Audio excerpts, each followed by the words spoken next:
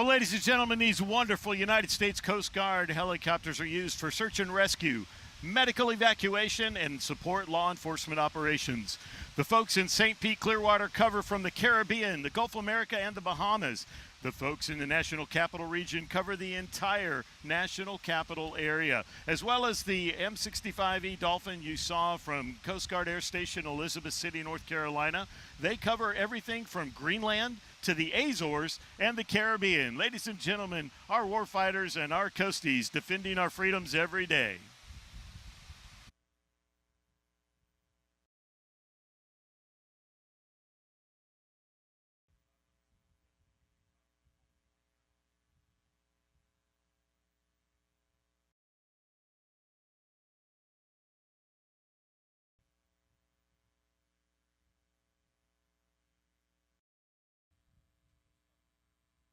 Well, ladies and gentlemen, welcome back to Salute to America 250. We're excited to have you with us here this afternoon. Making their way in next is the United States Coast Guard Fixed Wing Review. In this flight of three, you will see an HC-144B Ocean Sentry.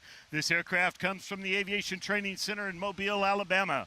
Also in the flight is the C-130, the HC-130, Coast Guard Air Station Elizabeth City, North Carolina, and the CJ-27J Spartan from Coast Guard Air Station, St. Pete, Clearwater, Florida. As they pass directly overhead, ladies and gentlemen, notice the amazing formation flight here of these three beautiful aircraft that support search and rescue, homeland security, and environmental protection for all of us here in the United States. What a beautiful sight here over our nation's capital today, the United States Coast Guard Fixed Wing Review.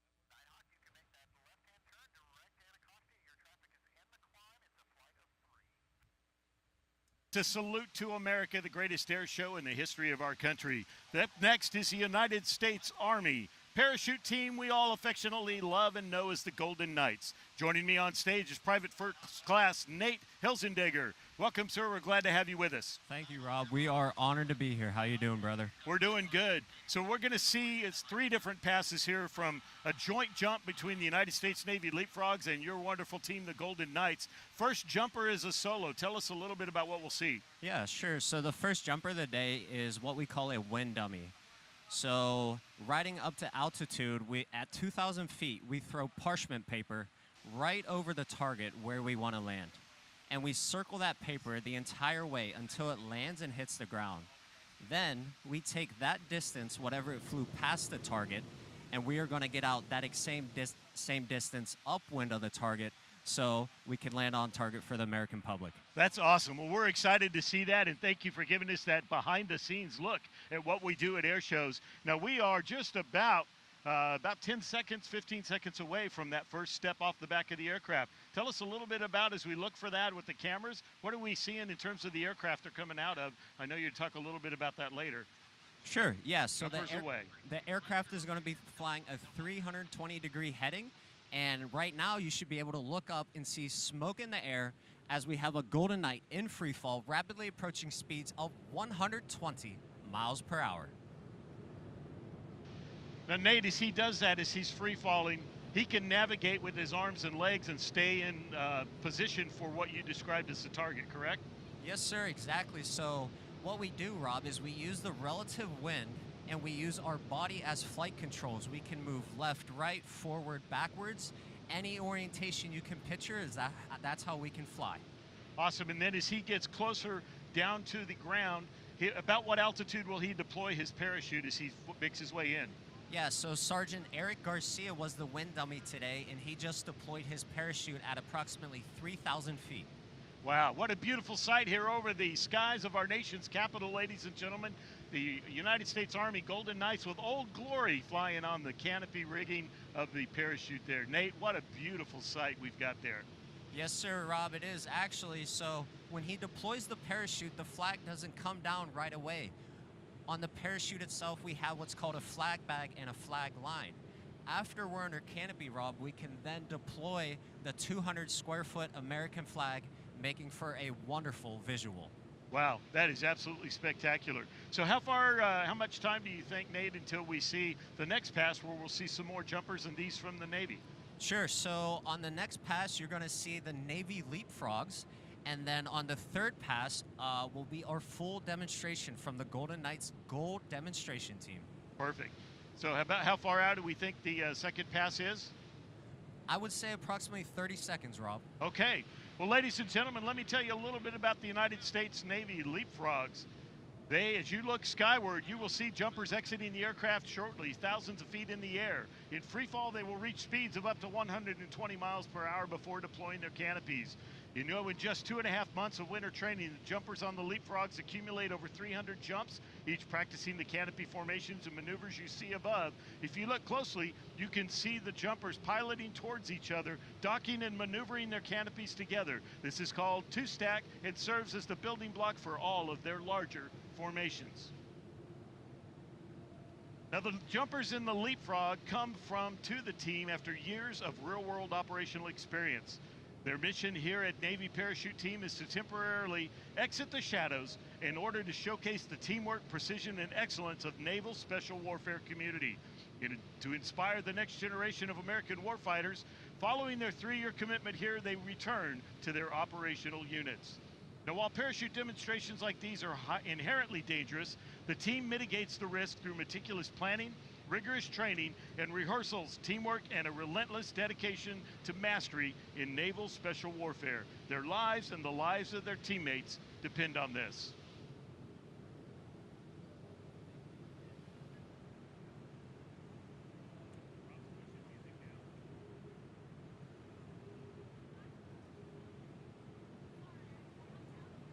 Ready? Well, ladies and gentlemen, now that the Golden Knights have completed their jump, we're going to hand it back to Private First Class Nate Hilzendigger for more about your United States Army Golden Knights.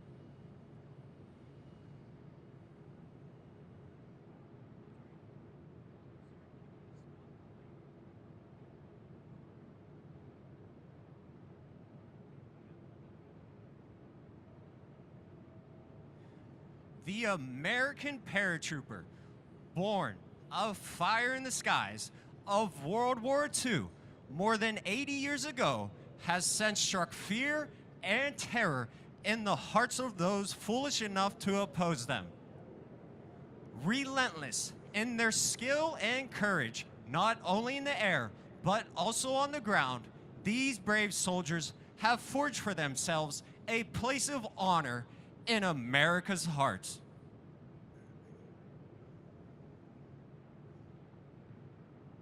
Good afternoon, ladies and gentlemen. I'm Private First Class Nathan Hilsenegger, originally from Pittsburgh, Pennsylvania. It is my absolute honor to narrate this once-in-a-lifetime event, America's 250th birthday. I will describe for you today a demonstration of precision freefall as performed by members of your United States Army parachute team, the Golden Knights.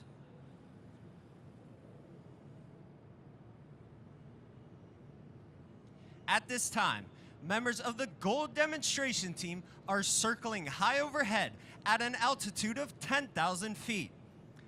The jump master is actually looking out the left door of the aircraft.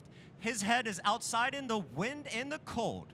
Through a series of hand and arm signals, the jump master is relaying heading corrections to the pilot, maneuvering the aircraft to a precise exit point for the jumpers.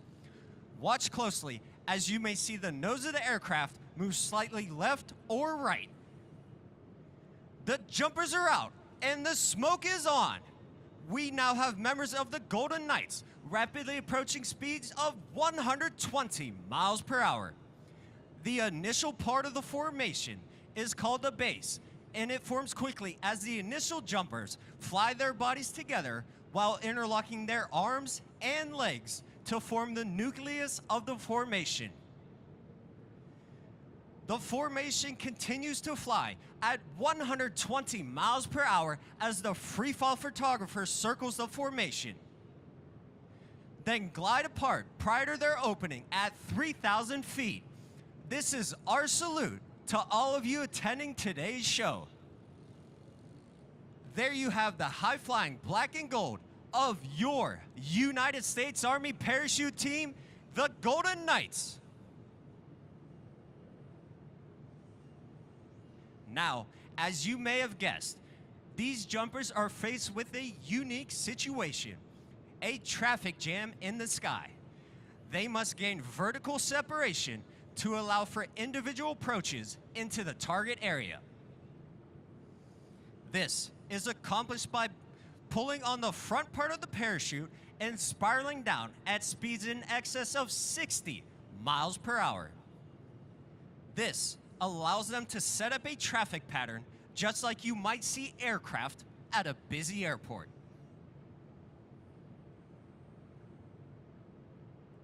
The smoke trails each jumper leaves in the sky are created by two M18 red smoke grenades, which emit a continuous stream of smoke for up to 90 seconds. The jumper attaches these to 1 foot with a specially designed bracket and then ties the activation pins to a lanyard. By pulling on this lanyard, they can ignite the smoke immediately upon exiting the aircraft or while in free fall.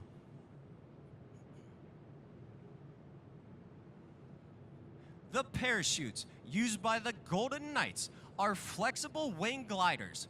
Constructed of lightweight ripstop nylon, these parachutes have an inherent forward airspeed of 22 miles per hour. To turn left, the jumper pulls down on the left steering line. To turn right, the jumper simply pulls down on the right steering line. As the jumper's near the ground, they'll pull down on both steering lines simultaneously for the safest and softest possible landing. Looking high overhead, you may notice what seems like parachutes tangled together, but this is actually an exciting discipline in skydiving known as canopy relative work. Thanks in part to the advanced aerodynamic design of these ram air parachutes, one jumper can fly right up to the hands of another jumper without affecting its flight characteristics. At just the right moment, the jumpers pull opposite steering lines, maneuvering their parachutes into a downplane and diving straight toward the ground at over 80 miles per hour.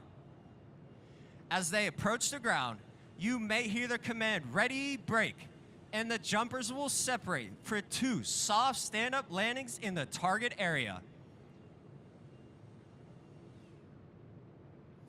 With a quick pull of a handle, Staff Sergeant Jonathan Pemberton will release the massive 5,000 square foot American flag.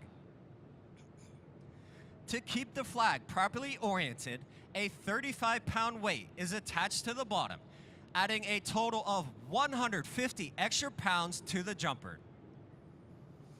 The flag is securely fastened to the front of the jumper's harness by 4 attachment points, requiring exceptional skill to pilot both the parachute and the massive flag. Ladies and gentlemen, this concludes our performance for the day, and on behalf of the entire team, I would like to thank each and every one of you for being such a warm and receptive airborne audience.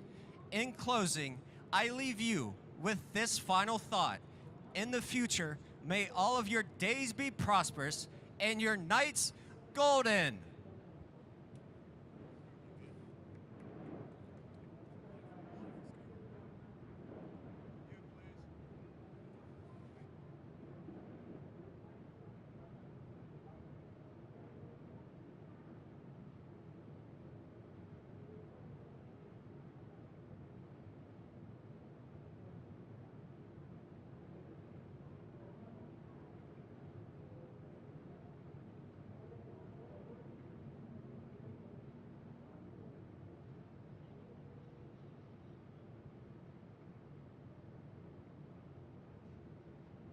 Well, welcome, America. Welcome back to Salute to America 250. Our next flyover is the United States Army helicopter review.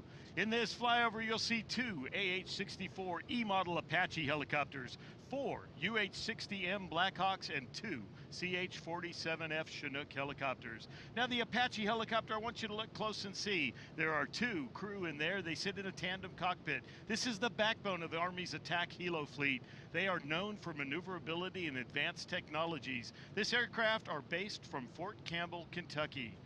The 4 Blackhawks you see is the Army's Advanced Multi-Mission Utility Helicopter. This accommodates a crew of 4 and 11 combat troops in the back. You'll see 4 of these Blackhawks in our formation here today. And in the middle of our formation, you see the wonderful twin-rotor, tandem-rotor Chinook. This is the Army's primary heavy-lift tandem-rotor helicopter designed to transport troops, artillery, and supplies. They do have a ramp in the back to load and unload and even deliver troops while hovering above a hilltop. Ladies and gentlemen, they are approaching the National Mall now from the west. Above the Lincoln Memorial, you see them on screen. We're so honored to have them here with us. Ladies and gentlemen, this is the United States Army Helicopter Review.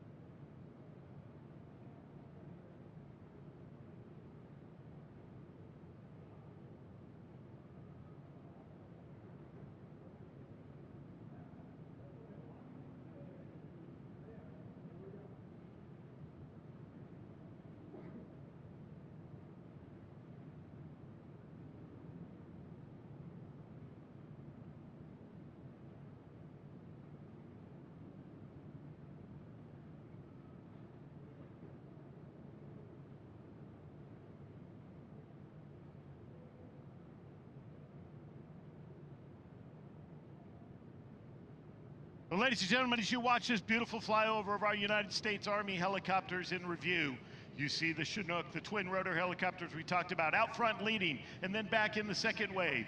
The 4 Blackhawk helicopter on the corners of this beautiful formation, and our Apache helicopters, the AH-64 Apaches. You see them right in the middle and also at the back. Two beautiful diamonds, ladies and gentlemen, right here over our nation's capital as we celebrate 250 years of freedom.